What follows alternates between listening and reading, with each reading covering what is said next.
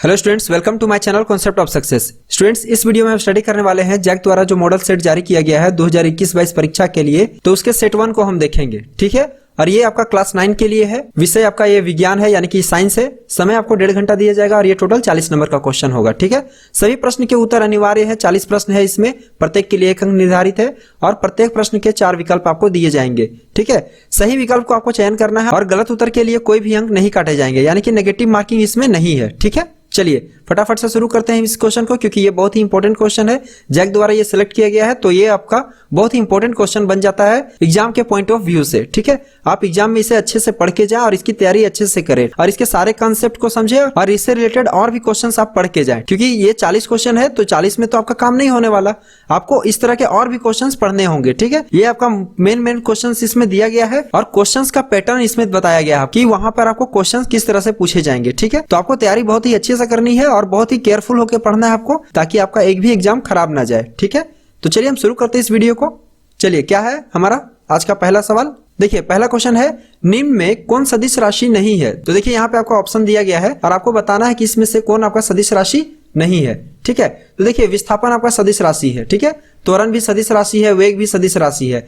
तो option last बच जाता है आपका दूरी आपका सदिश राशि नहीं होता है, क्योंकि इसका जो दिशा है वो निश्चित नहीं होता। ये दूरी किसी भी डायरेक्शन में जा सकता है, ठीक है। लेकिन वेग, त्वरण और विस्थापन इन सभी का एक निश्चित डायरेक्शन होता है, ठीक है, यानी कि निश्चित दिशा होती है। इस कारण ये सदिश राशि है, लेकिन दूरी जो है आपका सदिश राशि नहीं है, ठीक है, यानी कि डिस्टेंस आपका सदिश राशि नहीं है, ठीक है। चलिए दूसरा सवाल क्या कहता है, वेग में परिवर्तन की दर को कहते हैं। तो वेग में परिवर्तन की दर को त्वरण कहते हैं। बहुत आसान सा सवाल है, तो आप खोजिए कहाँ है। यहाँ पे देखिए, यहाँ पे आपका है त्वरण, ठीक है। चलिए अगला सवाल, चाल और वेग का मात्रक होता है। तो चाल और वेग का मात्रक होता है आपका सेम, यानी कि मीटर पर सेकेंड, ठीक है। चाल हो या वेग हो, उसका ऐसा ही मात्रक सेम होगा, मीटर प्रति सेकेंड, ठीक है, या मीटर पर सेकेंड। चलिए क्वेश्चन नंबर 4 देखते हैं। ओडोमीटर मापता है। तो ओडोमीटर क्या है, पहले हम इसे समझ लेते हैं। ओडोमीटर गाड़ी में लगाया गया युक्ति होता है, जो कि गाड़ी के द्वारा चले गए दूरी को मेजरमेंट करता है, यानी कि उसका मापन करता है, ठीक है। तो गाड़ी में जो यूज होता है ओडोमीटर, ठीक है, वो क्या मापता है, तो वो दूरी मापेगा, ठीक है। देखिए यहाँ ऑप्शन दिया है दूरी, ठीक है। देखिए क्वेश्चन नंबर 5 क्या कहता है, 20 मीटर प्रति सेकंड का किलोमीटर प्रति घंटा में मान क्या होगा। तो देखिए यहाँ पे आपका जो 20 है वो आपका दिया है मीटर पर सेकंड में, और ये पूछ रहा है कि किलोमीटर प्रति घंटा में इसका मान क्या होगा, ठीक है। तो आपको कुछ नहीं करना है, इस 20 को आपको गुना कर देना है 18/5 से। अब 5 से इसको काट दीजिएगा तो 5 चौके 20, और ये 4 को जब आप 18 से गुना करिएगा तो आपका आंसर आ जाएगा 72, ठीक है। बहुत ही आसान सा सवाल है, आप इसे प्रैक्टिस करके जाइएगा, ठीक है। ये न्यूमेरिकल टाइप्स का क्वेश्चन है, इसे आपको प्रैक्टिस करके ही जाना होगा, ठीक है। चलिए क्वेश्चन नंबर 6 क्या कहता है, एक कार की चाल 15 मीटर की दूरी तय करने में 18 किलोमीटर प्रति घंटा से 36 किलोमीटर प्रति घंटा हो जाती है, ठीक है। तो कार का त्वरण है, यानी कि एक कार है जो कि 15 मीटर की दूरी को तय करने में 18 किलोमीटर प्रति घंटा से 36 किलोमीटर प्रति घंटा हो जाती है।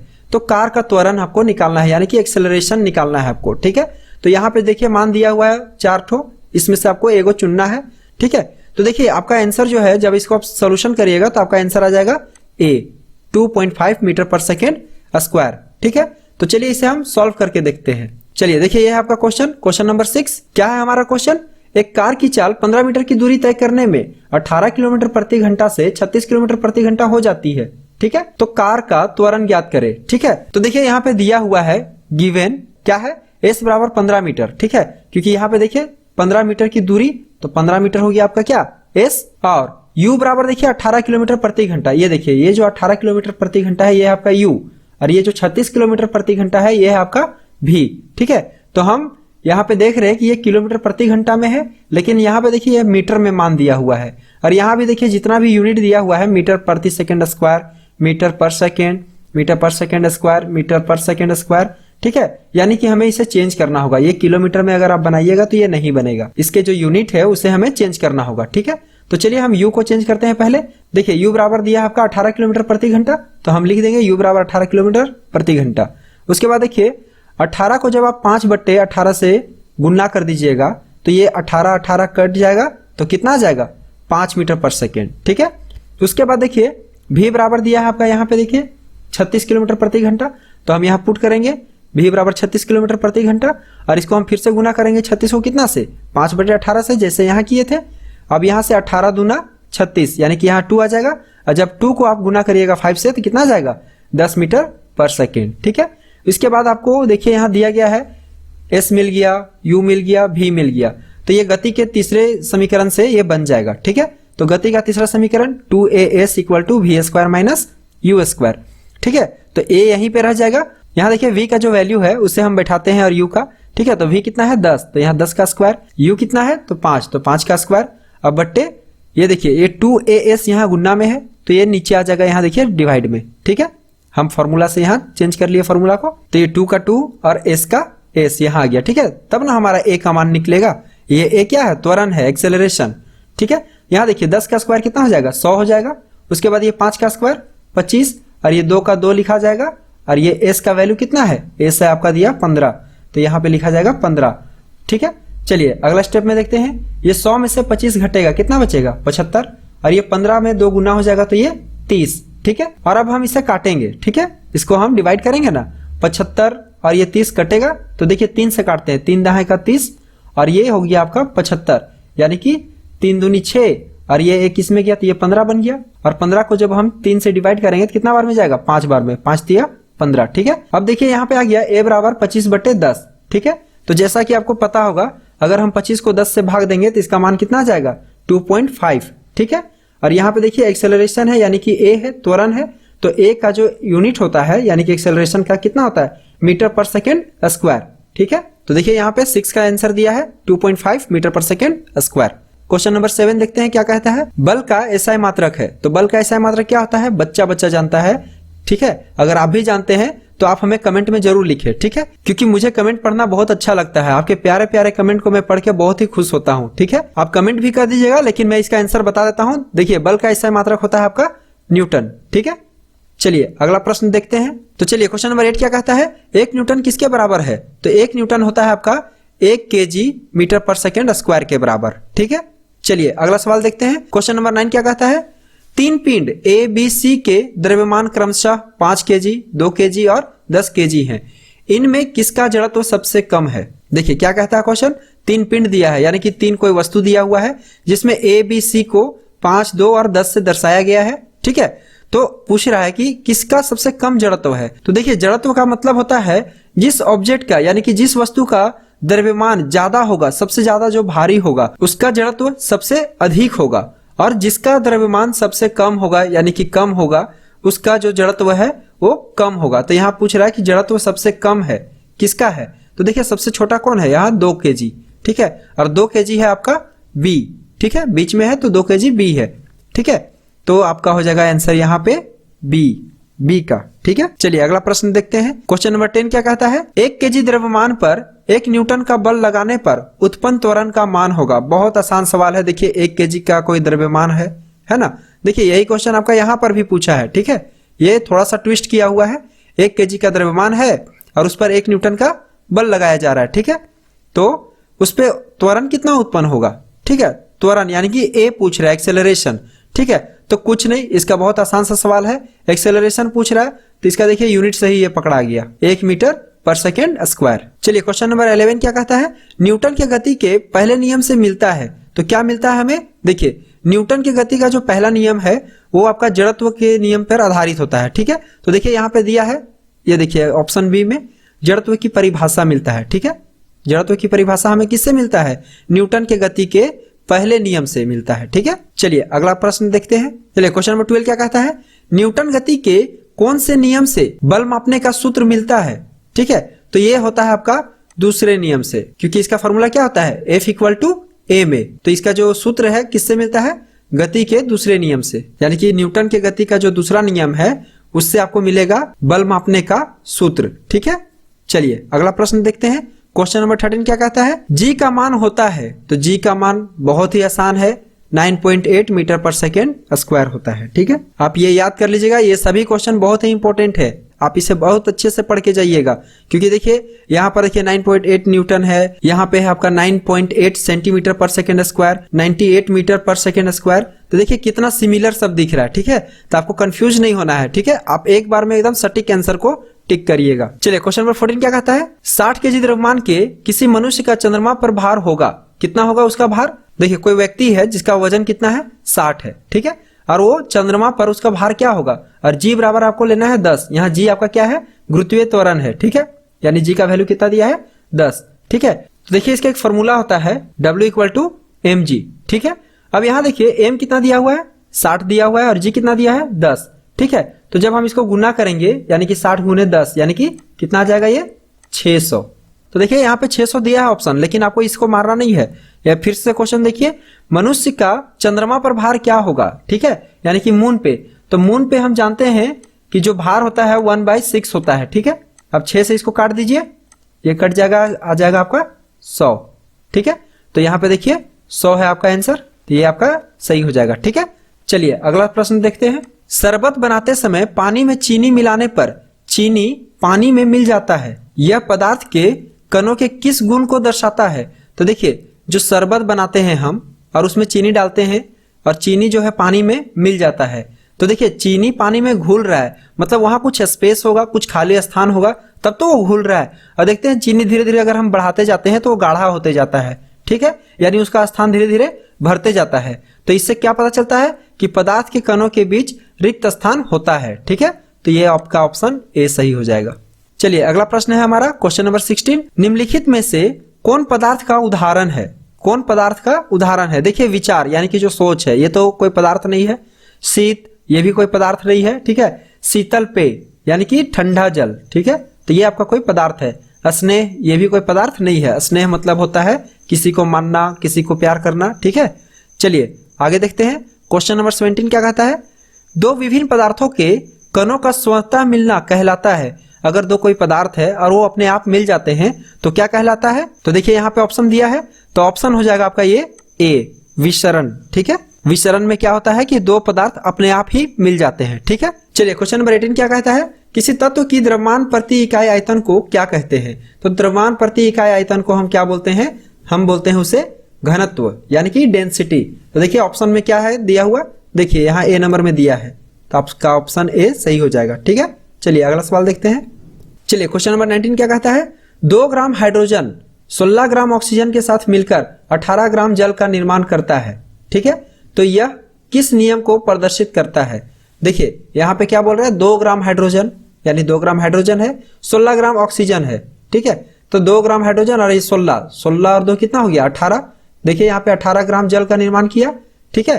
तो यह किस नियम को प्रदर्शित करता है, तो यह द्रव्यमान संरक्षण का नियम को प्रदर्शित करता है, ठीक है। क्योंकि इसमें देखिए मास का कोई भी लॉस नहीं ना हुआ, तो इसे हम बोलते हैं द्रव्यमान संरक्षण का नियम, ठीक है। अभिक्रिया के पहले और अभिक्रिया के बाद जो भी है आपका वो सेम है, इसका जो वजन है सेम है, 18 ग्राम इधर भी है, 16 और 2 18 इधर भी है। तो ये द्रव्यमान संरक्षण के नियम को क्या करता है, प्रदर्शित करता है, ठीक है।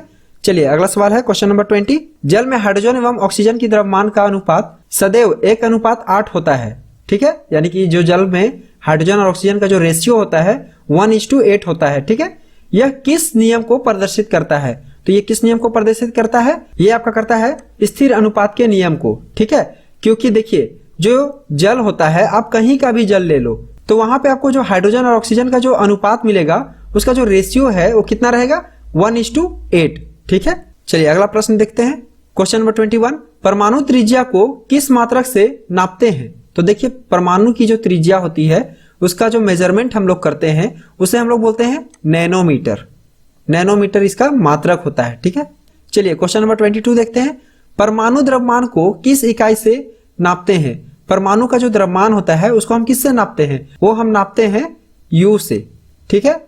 एटॉमिक मास यूनिट होता है ना, जिसे हम यू से रिप्रेजेंट करते हैं, परमाणु द्रव्यमान इकाई, ठीक है। एटॉमिक मास यूनिट को हम बोलते हैं परमाणु द्रव्यमान इकाई, उसे हम AMU से भी मेजर करते हैं और यू से भी करते हैं, ठीक है, स्मॉल यू से। चलिए क्वेश्चन नंबर 23 क्या कहता है, किसी पदार्थ का सूक्ष्मतम कण जो स्वतंत्र रूप में रह सकता है क्या कहलाता है।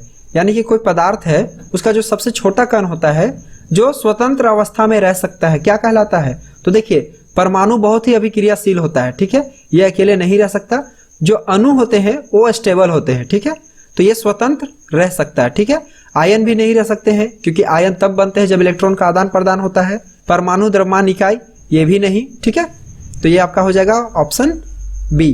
देखिए क्वेश्चन नंबर 24 क्या कहता है, जल की परमाणुकता कितनी है, यानी कि उसमें परमाणुओं की संख्या कितनी है, जो भी परमाणुओं से वो मिलकर बने होते हैं। ठीक है, तो देखिए जल का जो फॉर्मूला होता है वो आपका होता है H2O, तो 2 हाइड्रोजन और 1 ऑक्सीजन, तो कितना हो जाएगा इसका हो जाएगा आपका 3। ठीक है, चलिए क्वेश्चन नंबर 25 देखिए, निम्नलिखित में से किस यौगिक की परमाणुकता 5 है। देखिए यहाँ पे थोड़ा सा मिस प्रिंटिंग है, देखिए इसको हम पढ़ेंगे किस यौगिक और ये पढ़ेंगे की, तोड़ के पढ़ेंगे। ठीक है, निम्नलिखित में से किस यौगिक की परमाणुकता 5 है। तो देखिए यहाँ पे अमोनिया का फॉर्मूला होता है NH3।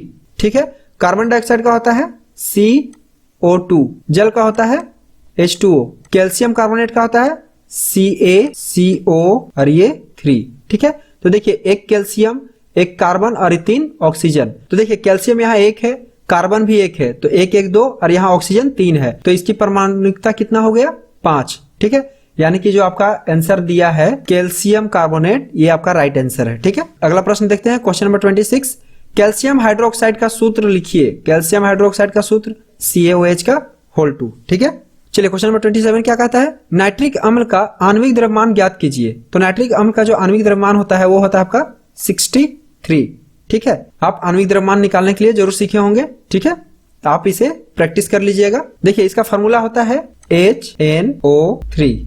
ठीक है, तो हाइड्रोजन का होता है आपका 1, नाइट्रोजन का आपका होता है एटॉमिक मास 14 प्लस ऑक्सीजन का होता है 16, तो 16 तिया 48।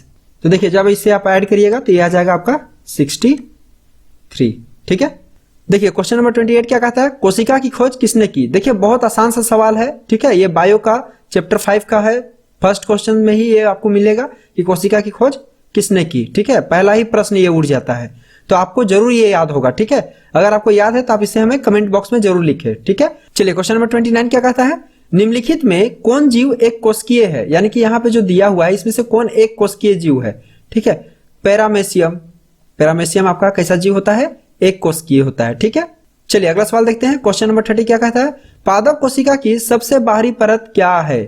पादप कोशिका की सबसे बाहरी परत क्या है, कोशिका भित्ति। ठीक है, और ये सेलुलोज से बनी होती है, जिस कारण से पेड़ पौधे कैसे होते हैं, कठोर होते हैं। ठीक है, चलिए अगला सवाल देखिए क्वेश्चन नंबर 31, कोशिका भित्ति बनी होती है।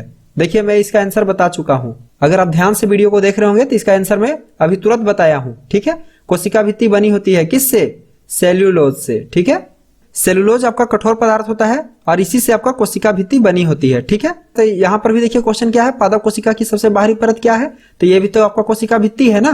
ठीक है, इसका आंसर कोशिका भित्ति। देखिए कितना सिमिलर क्वेश्चन है, कितना एकदम थोड़ा थोड़ा बदल बदल करके क्वेश्चन को पूछा जा रहा है। ठीक है, आप अच्छे से इसे पढ़े, बहुत ही केयरफुल आपको पढ़ने की जरूरत है। ठीक है, चलिए अगला सवाल देखते हैं। चलिए क्वेश्चन नंबर 32 क्या कहता है, कोशिका झिल्ली का कोशिका के बाहर से अपने भोजन तथा अन्य पदार्थ के ग्रहण करने की प्रक्रिया को क्या कहते हैं। यानी जो कोशिका झिल्ली होती है, ठीक है, कोशिका के बाहर से जो भोजन लेता है और अन्य पदार्थ जो ग्रहण करता है, इसे करने की प्रक्रिया को हम क्या कहते हैं, इंडोसाइटोसिस। यानी कोशिका झिल्ली का कोशिका के बाहर से भोजन लेना या अन्य पदार्थ को ग्रहण करने की जो प्रक्रिया होती है, इस प्रक्रिया को हम बोलते हैं इंडोसाइटोसिस। ठीक है, चलिए अगला सवाल देखते हैं क्वेश्चन नंबर 33, कोशिका में अनुवांशिक गुण की सूचना कहाँ होती है। बहुत आसान सा सवाल है, कोशिका में अनुवांशिक गुणों की सूचना कहाँ होती है। ठीक है, तो ये होता है आपका गुणसूत्र में। कहाँ होता है, गुणसूत्र में। चलिए अगला सवाल क्या है, क्वेश्चन नंबर 34, लाइसोसोम कौन बनाता है। तो लाइसोसोम आपका बनाता है गोल्जी उपकरण। ठीक है, तो देखिए यहाँ पे ऑप्शन डी सही है, लाइसोसोम को कौन बनाता है, गोल्जी उपकरण। ठीक है, चलिए अगला सवाल देखते हैं। चलिए क्वेश्चन नंबर 35 क्या कहता है, किसी विशेष कार्य को करने के लिए कोशिका एक विशेष समूह बनाती है, इस समूह को क्या कहते हैं। ठीक है, देखिए कोशिका जो होती है किसी भी कार्य को, किसी भी फंक्शन को करने के लिए एक विशिष्ट समूह बनाती है, इस समूह को क्या कहते हैं। तो बहुत आसान सा सवाल है, इस समूह को हम बोलते हैं उत्तक। उत्तक यानी कि टिश्यू। ठीक है, चलिए अगला प्रश्न देखते हैं, तना के शीर्षक भाग में कौन उत्तक पाया जाता है। यानी कि तना का जो शीर्ष का भाग होता है उसमें कौन सा उत्तक पाया जाता है। ठीक है, तो उसमें पाया जाता है आपका विभज्योतक। ठीक है, देखिए इधर भी आपका दिया है विभज्योतक। ठीक है, यहाँ पे थोड़ा सा मिस प्रिंटिंग है, आप कोई भी एक मार दीजिएगा विभज्योतक। ठीक है, चलिए अगला प्रश्न देखते हैं। चलिए क्वेश्चन नंबर 37 क्या कहता है, पौधों में पत्तियों द्वारा बने हुए भोजन का संवहन पौधों के सभी भागों में कौन उत्तक करता है। ठीक है, कौन सा ऊतक करता है जो पत्तियों द्वारा भोजन तैयार किया जाता है पेड़ पौधों में, उसमें जो भोजन तैयार हो गया तो उसका जो संवहन है, यानी कि हर एक जगह पर पेड़ के हर एक कोने कोने तक भोजन को पहुंचाने का काम कौन सा ऊतक करता है। तो देखिए यहाँ पे भोजन बोल रहा है यानी कि फूड, तो फूड मिलता है आपका फ्लोएम से। ठीक है, ठीक है, आप याद रखिएगा, फूड को आप फ्लोएम याद रखिएगा। और यहाँ पर देखिए जाइलम है, तो जाइलम क्या करता है, जल का परिवहन करता है और खनिज लवण का। ठीक है, तो देखिए जाइलम जो है जल का संवहन करेगा, है ना, या ट्रांसपोर्टेशन करेगा, और फ्लोएम जो होता है वो क्या करता है, फूड यानी कि भोजन को करता है। ठीक है, तो आप इस ट्रिक से इसे याद रखिएगा। ठीक है, चलिए क्वेश्चन नंबर 38 क्या कहता है, अस्थि एवं मांसपेशियों को जोड़ने वाली रचना क्या कहलाती है। ठीक है, तो अस्थि और मांसपेशियां, अस्थि मतलब होता है यहाँ बोन्स यानी कि हड्डी, ठीक है, और मांसपेशियों मतलब होता है मसल्स, यानी कि जो हमारा शरीर में जो मसल्स होते हैं उसे, और अस्थि, ये दोनों को जोड़ने वाली क्या कहलाती है, या जोड़ने वाली रचना को हम क्या कहते हैं, तो इसे हम बोलते हैं टेंडेन। ठीक है, टेंडेन आपका क्या करता है, मांसपेशियों को अस्थि से जोड़ के रखता है। चलिए क्वेश्चन नंबर 39 क्या कहता है, नारियल के रेशे में कौन सा ऊतक पाया जाता है। देखिए जब आप नारियल को छीलते हैं तो उसमें रेशे जैसा यानी कि जो रस्सी जैसा, तार जैसा जो स्ट्रक्चर निकलता है वो कौन से ऊतक से बना रहता है। ठीक है, देखिए वो आपका होता है स्केलरेन कामा से बना हुआ। ठीक है, स्केलरेन कामा से बना होता है नारियल का रेशा। ठीक है, और उसमें जो भूरा भूरा बुरादा जैसा जो आपका जो निकलता है पाउडर जैसा, ठीक है, उसे हम लोग बोलते हैं लिग्निन। ठीक है, जिसके कारण से वो सीमेंट की तरह से वो जाम रहता है नारियल के चारों ओर। ठीक है, आपको ऐसा लगेगा कि सीमेंट का यहाँ पे लेप लगाया गया है। ठीक है, वो नेचुरल रूप से बना हुआ है। ठीक है, तो नारियल के रेशे में कौन सा ऊतक पाया जाता है, स्केलरेन कामा। ठीक है, चलिए अगला प्रश्न है हमारा इस सेट का लास्ट क्वेश्चन,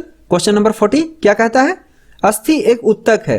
देखिए अस्थि एक ऊतक है यानी कि जो बोन्स होते हैं ये एक तरह के ऊतक हैं। तो कौन से ऊतक होते हैं ये होते हैं आपके संयोजी ऊतक। ठीक है, कौन से ऊतक, संयोजी ऊतक हैं। ठीक है, अस्थि यानी कि हड्डी।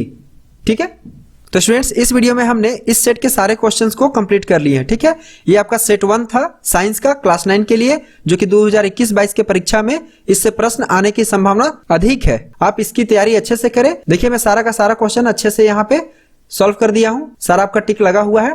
ठीक है, आप इसका स्क्रीनशॉट ले ले, या आप अपना कॉपी में नोट्स कर ले, या इसका पीडीएफ निकलवा करके आप उसमें टिक करके इसको अच्छे से रिवाइज करें। ठीक है, सारे क्वेश्चंस को आप रिवाइज करके जाइए, याद करके जाइए, ये बहुत ही इंपॉर्टेंट है। और जो आंसर आप पहले से जानते थे, ठीक है, उसका आंसर आप हमें कमेंट बॉक्स में जरूर लिखें। ठीक है, हमें इंतजार रहता है आपकी प्यारे प्यारे कमेंट को पढ़ने का। ठीक है, अगर ये वीडियो आपको अच्छी लगी हो और इससे आपको आपके पढ़ाई में सहयोग मिली हो तो आप हमारे इस वीडियो को एक लाइक जरूर दे।